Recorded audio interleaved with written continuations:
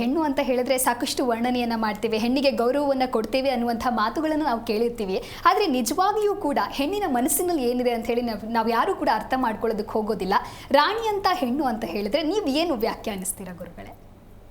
ಇಲ್ಲಿ ಒಂದು ಸ್ವಲ್ಪ ಸೆನ್ಸಾರ್ ಆಗಬೇಕು. ರಾಣಿ ಥರ ರಾಣಿ ಆಗೋಕ್ಕಾಗಲ್ಲ, ಚೂರು ಸೆನ್ಸರ್ ಮಾಡಬೇಕು ಅದನ್ನು. ಏಕೆಂದರೆ ಹಂಗಾದ್ರೆ ಎಲ್ಲರೂ ರಾಣಿ ಆಗಕ್ಕೆ ಸಾಧ್ಯನಾ ಅಥವಾ ರಾಣಿ ಆಗಕ್ಕೆ ಹೆಂಗೆ ಸಾಧ್ಯ ಅಂತ ಪ್ರಶ್ನೆ ಬರುತ್ತೆ. ರಾಣಿ ಥರ, ರಾಣಿ ಅಂತ ರಾಣಿ ಥರ ಹೆಣ್ಣು ಜೀವನವನ್ನು ನಡೆಸ್ಬಾರ್ದ? ನಡೆಸಬೇಕು. ಎಲ್ರಿಗೂ ಆಸೆ ಇದೆ. ಆದರೆ ನೀನು ಹೇಳ್ದಂಗೆ ಬಾಯಲ್ಲಿ ಹೇಳ್ತಾರೆ, ನಿನ್ನ ರಾಣಿ ಥರ ನೋಡ್ಕೊತೀನಿ, ರಾಣಿ ಥರ ನೋಡ್ಕೊತೀನಿ, ರಾಣಿ ಮಾಡ್ತೀನಿ ಅಂತ ಹೇಳೋಕ್ಕಾಗಲ್ಲ ಅಲ್ವಾ? ಸೊ ಇಲ್ಲಿ ವಿಷಯ ನಾವು ಒಂದನ್ನು ಗಮನಿಸ್ಕೋಬೇಕು. ಮನಸ್ಸು ನೋವಾಗಬಾರ್ದು, ಹೆಣ್ಣಿಗೆ ಮನಸ್ಸು ನೋವಾಗಬಾರ್ದು. ಇದು ಹೆಣ್ಣಿನಲ್ಲಿರ್ತಕ್ಕಂತಹ ಮಹಾರಾಣಿ ಥರ ಇರತಕ್ಕಂಥದ್ದಕ್ಕೆ ಒಂದು ವಿಚಾರ ಇದು. ಯಾವುದೇ ವಿಷಯದಲ್ಲಿ ನೋವಾಗಬಾರ್ದು. ನೋವು ಆಗೇ ಇಲ್ವಲ್ಲ, ಎಲ್ಲ ನೋವು ಪಡ್ತಾನೇ ಇದ್ದೀವಿ ಅಂತಕ್ಕಂಥ ಪ್ರಶ್ನೆ ಇರ್ತಕ್ಕಂತಹ ಈ ರಹಸ್ಯಕ್ಕೆ ಕಾರಣಕರ್ತನಾಗಿರ್ತಕ್ಕಂತಹ ಶ್ರೀಮನ್ನಾರಾಯಣನ ಪಾದ ಕಮಲಗಳಿಗೆ ಕೋಟಿ ಕೋಟಿ ನಮನಗಳನ್ನು ಅರ್ಪಣೆಯನ್ನು ಮಾಡಿ ವಿಷಯಕ್ಕೆ ಬರೋದೇ ಆದರೆ, ರಾಣಿ ಥರ ಮಾಡುವಂಥದ್ದು, ಆಗುವಂಥದ್ದು, ಪ್ರಯತ್ನಿಸುವಂತಕ್ಕಂಥದ್ದು ವಿಚಾರಗಳಲ್ಲಿ ಒಂದು ರಹಸ್ಯಕರವಾದಂಥ ಒಂದು ವಿಚಾರ ಇದೆ. ಅದು ಇತ್ತು, ಈಗಿಲ್ಲ. ಹಿಂದೆ ಇತ್ತು, ರಾಣಿ ಥರ ಜೀವನ ನಡೆಸೋಕ್ಕೆ ಹಿಂದೆ ಇತ್ತು. ಅಂದರೆ ಈಗ ಯಾರೂ ಇಲ್ಲವೇ ಇಲ್ಲ ಅಂತಲ್ಲ, ಇರ್ತಾರೆ ಕೆಲವರು, ಇಲ್ಲ ಅಂತಿಲ್ಲ. ಆದರೆ ಇಲ್ಲಿ ನಮಗೆ ಇವತ್ತಿನ ಪರಿಸ್ಥಿತಿ, ಈ ಆಧುನಿಕ ಪ್ರಪಂಚಕ್ಕೆ ಇದು ಸ್ವಲ್ಪ ದೂರ ಇರತಕ್ಕಂಥ ವಿಷಯ. ಬೈಕೆ ಸರಿ, ಬಟ್ ಆಗಬೇಕೇ, ಆಗಕ್ಕೆ ಆಗಿಲ್ವೇ, ಇದಕ್ಕೆ ಕಾರಣವನ್ನು ನಾನು ಹೇಳಿ ಮುಂದೆ ಹೋಗ್ತೀನಿ. ಅದಕ್ಕೆ 3 ಕಾರಣಗಳನ್ನು ನಾನು ತಗೋಬೇಕಾಗತ್ತೆ. ಏನು? ಒಂದು, ಮೊದಲನೇದಾಗಿ ಹಸುವಿನ ಕೊಟ್ಟಿಗೆ ಇರತಕ್ಕಂತಹ ಮನೆ ಇದ್ದಾಗ, ಮನೆ ಅನ್ಬೇಕಾದ್ರೆ ಶುಭವಾದ ಮನೆ ಯಾವುದು? ಹಸುವಿನ ಕೊಟ್ಟಿಗೆ ಇದ್ದ ಮನೆ, ಅದು ಶುಭವಾದ ಕ್ಷೇತ್ರಕ್ಕೆ ಹತ್ತಿರವಾದಂಥ ಮನೆ ಆಗಿರುತ್ತೆ, ಆಗಿದೆ. ಕೊಟ್ಟಿಗೆ ಇದ್ದರೆ. ಎಲ್ಲಿದೆ ಈಗ ಕೊಟ್ಟಿಗೆ? ಇಲ್ಲ.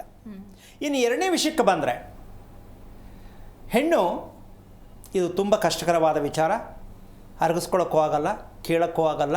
ಯಾಕೆ ಅಂದರೆ ಹೆಣ್ಣು ಹಿಂದೆ ಶಾಲೆಗೆ ಹೋಗ್ತಕ್ಕಂತಹ ಪರಿಸ್ಥಿತಿ ಹೇಗಿತ್ತು ಅಂದರೆ, ಒಂದು 20% ಇದ್ದರು, ಈಗ 80% ಇದ್ದಾರೆ ಶಾಲೆಗೆ ಹೋಗ್ತಕ್ಕಂಥ ಹೆಣ್ಣುಮಕ್ಕಳು.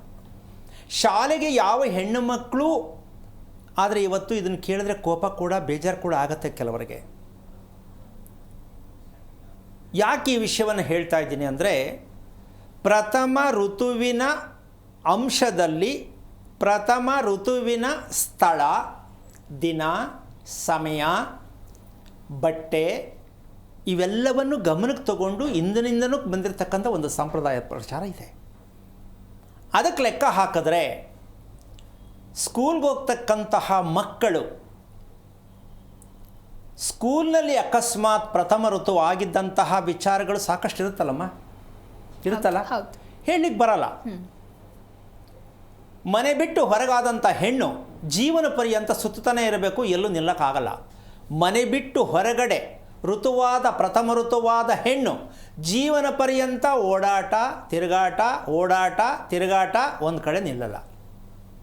ಜೀವನ ಪರ್ಯಂತ ಚೇಂಜಸ್ ಇಲ್ಲ. ಇದು ಶಿಕ್ಷೆ ಯಾರಿಗೆ? ಹೆಣ್ಣಿಗೆ. ಯಾರು ಕೊಡ್ತಿರೋದು? ಅಪ್ಪ ಅಮ್ಮ. ಏನು ಮಾಡೋದು? ಈಗ ಇದನ್ನು ನಿಕಟವಾಗಿ ಇಷ್ಟೇ ವಯಸ್ಸಿಗೆ ಇಂಥ ದಿನ ಆಗತ್ತೆ ಅಂತ ಗೊತ್ತಿಲ್ಲ, ಹೌದಲ್ಲ? ಹಾಗಿದ್ದ ಮೇಲೆ ನಮ್ಮ ಹೆಣ್ಣುಮಕ್ಳು ಒಳ್ಳೇದಾಗಬೇಕು ಅಂತ ಕೇಳ್ತಾರೆ, ನಮ್ಮ ಹೆಣ್ಣುಮಕ್ಳಿಗೆ ಒಳ್ಳೆ ಗಂಡ ಸಿಗಬೇಕು ಅಂತ ಕೇಳ್ತಾರೆ, ಒಳ್ಳೆ ಜೀವನ ಸಿಗಬೇಕು ಅಂತ ಕೇಳ್ತಾರೆ, ನನ್ನ ಮಗಳು ಒಳ್ಳೆ ನೆಮ್ಮದಿಯಾಗಿರಬೇಕು ಅಂತ ಕೇಳ್ತಾರೆ. ಸ್ಕೂಲಿಗೆ ಕಳಿಸೋದ ಮೇಲೆ ಅದರಲ್ಲಿ ಇನ್ನೊಂದು ದುರಂತ ಇದೆ. ನೀಲಿ ಯೂನಿಫಾರಮ್ ಆದರೆ ಮುಗಿದೋಯ್ತು ಕತೆ. ನೀಲಿ ಬಟ್ಟೆಯಲ್ಲಿ ಪ್ರಥಮ ಋತು ಸ್ಕೂಲ್ನಲ್ಲಿ ಆದರೆ ಅಷ್ಟೇ, ಜೀವನದ ಕತೆ ಅಯೋಮಯವಾಗಿರುತ್ತೆ. ಏನು ಮಾಡೋಣ? ಸ್ಕೂಲ್ ಯೂನಿಫಾರಮ್ಮು ನೋಡಬೇಕು, ಸ್ಕೂಲ್ಗೂ ಕಳಿಸ್ಬೇಕು, ಮಕ್ಕಳನ್ನ ಚೆನ್ನಾಗಿ ಇರಬೇಕು ಅಂತ ಪ್ರಯತ್ನ ಮಾಡ್ತೀವಿ. ಎಲ್ಲಿಂದೆಲ್ಲಿಗೆ ದಯವಿಟ್ಟು ಕೆಲವರು ಸ್ವಲ್ಪ ಯೋಚನೆ ಮಾಡಿ. ಹಾಗಂತ ಶಾಲೆಗೆ ಕಳಿಸೋದು ಬೇಡ ಅಂತ ನಾನು ಹೇಳ್ತಿಲ್ಲ. ನಾವು ಮಾಡ್ತಾ ಇರೋದೊಂದು, ಅದು ಆಗ್ತಾ ಇರೋದೊಂದು. ಆದರೆ ನಾವು ಕೇಳ್ತಿರೋದು ಮಾತ್ರ ಒಳ್ಳೆಯದನ್ನೇ ಕೇಳ್ತೀವಿ. ಹೆಂಗಾಗತ್ತಿದು? ಸಾಧ್ಯ ಇದೆಯಮ್ಮ? ಶಾಲೆಗೆ ಕಳಿಸ್ತಕ್ಕಂತಹ ಆ ಸಮಯದಲ್ಲಿ ನಾವು ಮಕ್ಕಳನ್ನ ಬ್ರೇಕ್ ಮಾಡಿ ಮನೇಲಿ ಇಟ್ಕೊಳ್ಳೋಕ್ಕಾಗತ್ತಾ? ಗೊತ್ತಿಲ್ಲ. ಹಾಗಾದರೆ ಶಾಲೆಗೆ ಕಳಿಸ್ಬಾರ್ದ? ಕಳಿಸಿದ ಮೇಲೆ ನೀವು ನಿರೀಕ್ಷೆ ಮಾಡಬಾರ್ದು. ನಮ್ಮ ಹೆಣ್ಣು ಮಗಳನ್ನು ಹೀಗೆ ನಾನು ಮದುವೆ ಮಾಡ್ತೀನಿ, ನನ್ನ ಮಗಳು ಹೀಗೆ ಇರಬೇಕು, ನಿರೀಕ್ಷೆ ಬಿಟ್ಬಿಡಿ. ಯಾಕೆ? ಅವಳು ಕಾಲ ಮೇಲೆ ಅವಳು ನಿಂತ್ಕೊಳ್ಳಿ ಅಂತಾನೆ ಸ್ಕೂಲ್ ಕಳಿಸ್ತಾ ಇರೋದು. ಹೌದಲ್ಲ? ನಿಂತ್ಕೊಳ್ಳಿ ಬಿಡಿ, ನೀವು ಕೇಳಂಗಿಲ್ಲ. ಯಾಕೆ ಅಂದರೆ ಶಾಲೆಗೆ ಹೋದಂಥ ಹೆಣ್ಣು ಒಂಟಿ ಕಾಲಲ್ಲೇ ನಿಂತಿರ್ತಾಳೆ ಅಂತ ನೀವೇ ಡಿಸೈಡ್ ಮಾಡಬೇಕು. ಒಂಟಿ ಕಾಲು ಅಂದರೆ ಏನು ಬೇಕಾದ್ರೂ ನಡಿಬೋದು.